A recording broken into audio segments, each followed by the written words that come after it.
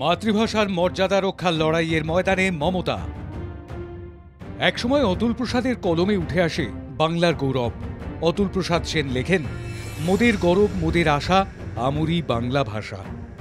গর্বের সেই ভাষার মর্যাদা রাখছে না বিজেপি শাসিত রাজ্যগুলো। অসম থেকে মহারাষ্ট্র, দিল্লি থেকে ছত্তিশগড়, সর্বত্র বাঙালি কোণঠাসা। আসলে বাংলা ও বাঙালির আকাশ ছোঁয়ার স্পর্ধা, জ্ঞান বিজ্ঞানের শিরোপা ছিনিয়ে আনার সাফল্যে ঈর্ষা পরায়ণ হয়েই এই ষড়যন্ত্র চলছে। সোচ্চার বাংলার ভাষাপ্রেমী মানুষ। তৃণমূল কংগ্রেস আক্রান্ত বাঙালিদের পাশে দাঁড়াচ্ছে। বাংলা থেকে কাজ করতে যাওয়া পরিযায়ী শ্রমিকদের কখনো বাংলায় এনে কাজ দিচ্ছে রাজ্য সরকার।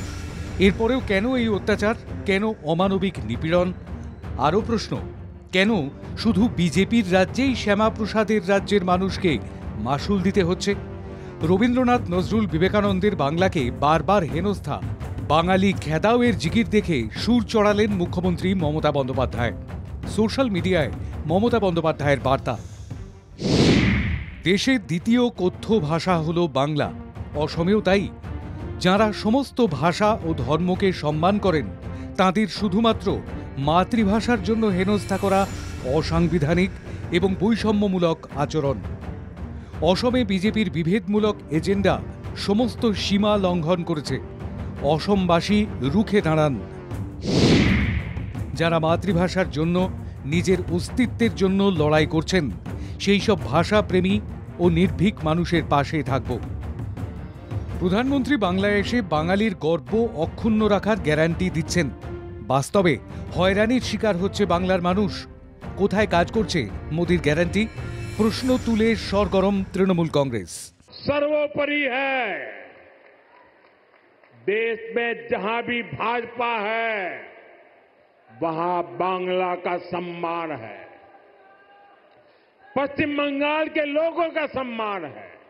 বাঙালিরা মার খাচ্ছে, বাঙালিরা নিগৃহীত হচ্ছে, বাঙালিদের ঘরের লাইন কেটে দেওয়া হচ্ছে, ইলেকট্রিক লাইন, জলের লাইন, বাঙালিদেরকে নিগৃহীত করা। আজও আসামে বাঙালিদেরকে মারা হয়েছে।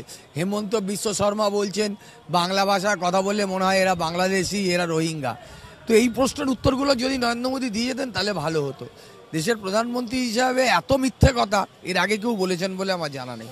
হেমন্ত বিশ্ব শর্মা বলেছে বাংলা ভাষী বাংলাদেশি এক। বাংলা তার বিদ্রোহ করছে, তার বিরুদ্ধে প্রতিবাদ করছে, মমতা বন্দ্যোপাধ্যায় নেতৃত্ব দিচ্ছেন। কড়ায় গণ্ডায় আমরা এই অপমানের প্রতিশোধ নেব এবং বুঝে নেব কার কত ক্ষমতা যে বাংলাকে অপমান করে আর বাংলা ভাষী বলে তাদের অপমান করে। বুঝে নেব আমরা।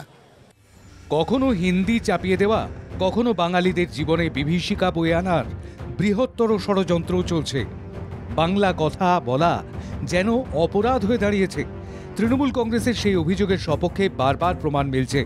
অসমে বাংলা ও বাঙালিকে নির্যাতন ও বৈষম্যের রাজনীতির বিরুদ্ধে এবার গর্জে উঠলেন মমতা বন্দ্যোপাধ্যায়। ব্যুরো রিপোর্ট, বাংলা জাগো।